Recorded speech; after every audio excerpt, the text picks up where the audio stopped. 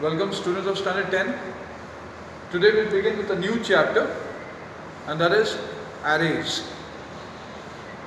Now you might have heard about arrays while I was teaching you the data types somewhere in standard 9 as a non-primitive data type. The reason behind using arrays is that let's talk about one of the basic demerit of a primitive data type variable. A primitive data type variable, one of the important demerit of primitive data type variable is that it cannot retain the previous values as and when the new values are assigned to the same variable. So the variable does not have the capacity to store the previous value, to retain the previous value each time a new value is assigned. Look at the example over here. If I take int x is equals to 5, and then after that with the next statement I write over here x equals to 10, and then when I print, what happens? What is printed is more important here, that is 10. So 10 is printed over here. Why? The reason is that I had assigned 5 to x, and then straight away after that I had assigned here. So here what happens is the previous value 5 was overwritten by 10. Okay? And so that's how what happens, 10 is printed over here. That means the value which is taken later is printed or is assigned to the variable. So this is one of the reasons that we take the help of your array. In array what happens is, since each time we store a value, it gets stored into numerous cells. These are cell-like structure. So as they are stored into cells, each cell, a numerous values can be assigned. In fact, infinite number of values can be assigned to this type of variable, a non-primitive data type variable.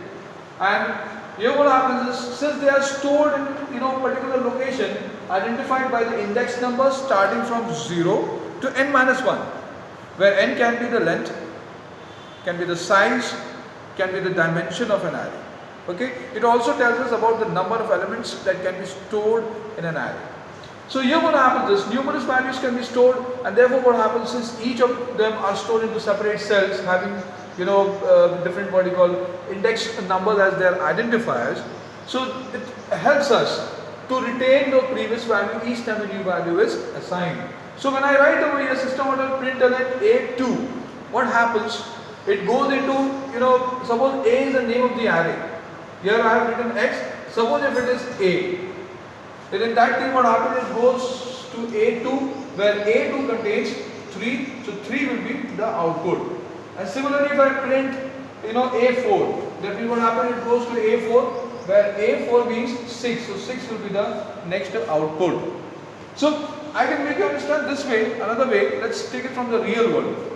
You have there's a container here that stores two types of colors, preferably liquid colors.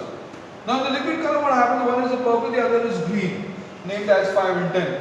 What happens when you put them into one container and you leave it for overnight? What happens?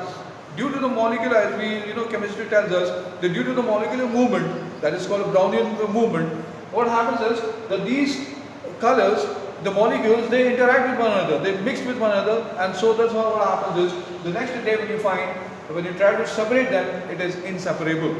You cannot separate those these colors. The same way here, what happens? The same thing happens over here. Each time you store the new value gets overrides the previous value, and that's how what happens is the previous value becomes insignificant.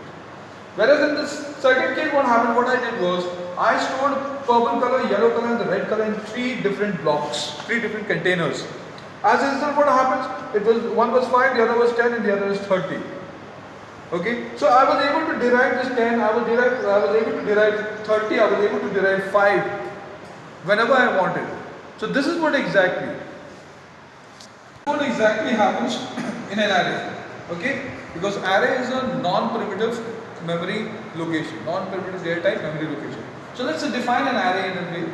So an array is a group or a collection of similar data type values stored, okay, in a continuous chain of memory location,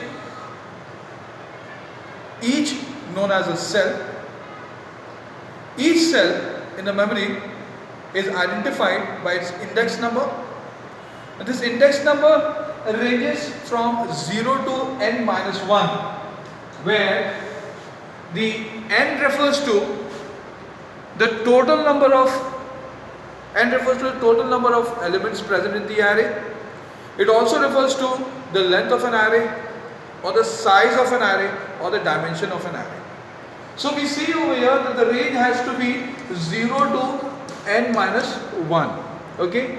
Now accessing an element beyond this particular range, it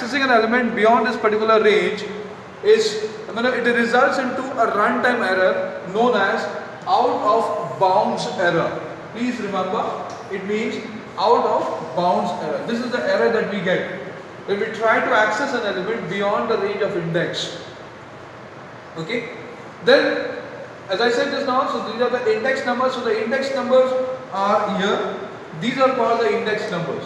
Okay. These are the index numbers. This helps us to extract the values, or copy the values from, or retrieve the values from the vertical array.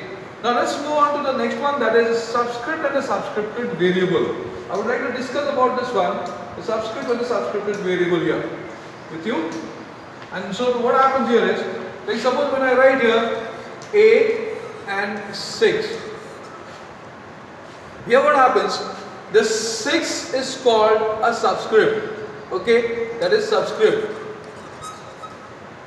6 is called subscript, whereas A is called, that is subscripted variable. So A is a subscripted variable and 6 is the subscript. So what is the basic difference between a subscript and a subscripted variable? A subscript refers to the total number of elements present in an array. It also defines the dimension, the length, as well as the size of an array. Whereas a subscripted variable or an array, it is also called an array variable. It is the name given to a reference type memory location. So now we discuss about the types of an array. Now there are basically two types of array. One is called single dimensional array, and the second one is called multi or double dimensional array. So today we are discussing about the single dimensional part of the single dimensional array as a your topic. So here the single dimensional array, an array with a single subscript, is called a single dimensional array. Like for example here, so this array A is having a single subscript, therefore it is called a single dimensional array.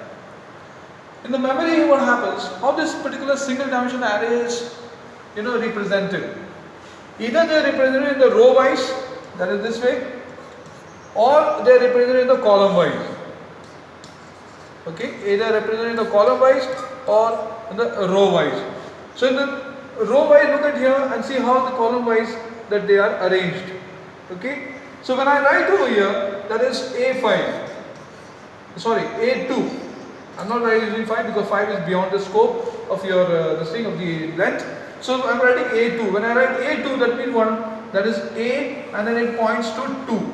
That means the value is 2. Similarly also A and 2, it points to 2, therefore the value is 2. This is the answer. So it is pointing at a memory location called 2, that is address 2, whose value is 2. Remember, so do not get confused between the value and the subscript. Okay, so an array with a single subscript is called a single dimensional array, and in the memory they are either arranged row wise or column wise, not both.